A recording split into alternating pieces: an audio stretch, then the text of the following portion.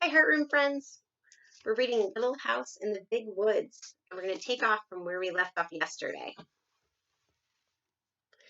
For winter was coming. The days were shorter, and frost crawled up the window panes at night.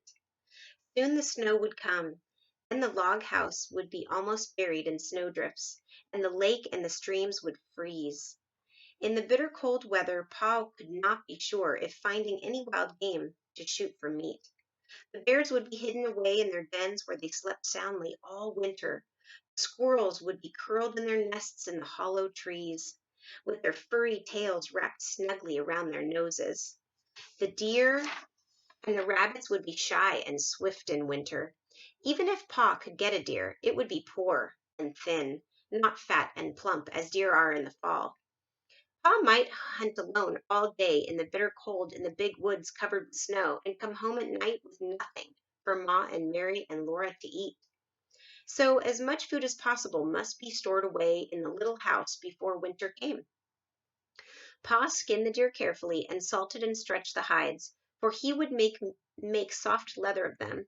Then he cut up the meat and sprinkled salt over the pieces as he laid them on a board. Standing on end in the yard was a tall length cut from the trunk of a hollow tree. Pa had driven nails inside as far as he could reach from each end.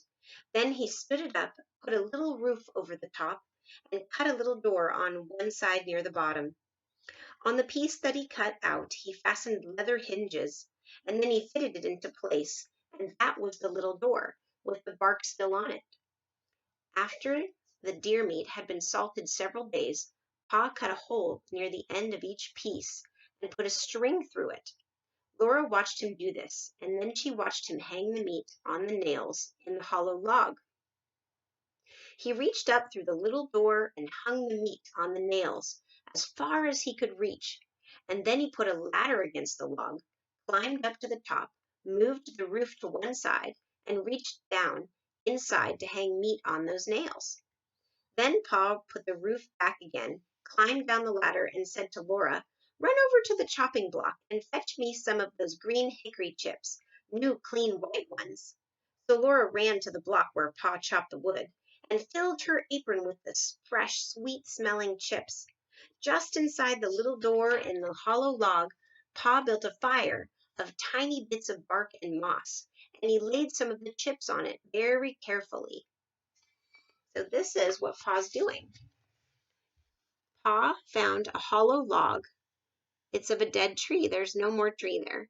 And so he cut a little door inside, and he's making a little fire in there. And you can see there's a little roof, and all of the meat, the deer meat that Pa has hunted and killed, is all hanging up here. And he's smoking it, so he's slowly cooking it. It's going to turn into something that's kind of like beef jerky. Instead of burning quickly, the green chips smoldered and filled the hollow log with thick, choking smoke. Pa shut the door, and a little smoke squeezed through the crack around it, and a little smoke came out of the roof, but most of it was shut inside with the meat. "There's nothing better than good hickory smoke," Pa said. "That will make good venison that will keep anywhere in any weather." Then he took his gun, and slinging his axe on his shoulder, he went away to the clearing to cut down some more trees. Can you see Laura?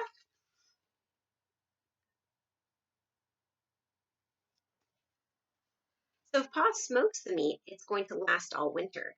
It'll be like beef jerky. It'll be dried out and it won't get rotten. And then they're going to have meat all winter. Laura and Ma watched the fire for several days. When the smoke stopped coming through the cracks, Laura would bring more hickory chips and Ma would put them on the fire under the meat. All the time there was a little smell of smoke in the yard, and when the door was opened, a thick, smoky, meaty smell came out. At last Pa said the venison had smoked long enough. Then they let the fire go out, and Pa took all the strips and pieces of meat out of the hollow tree. Ma wrapped each piece neatly in paper and hung them in the attic where they would keep safe and dry. So tomorrow we'll read some more. Good night.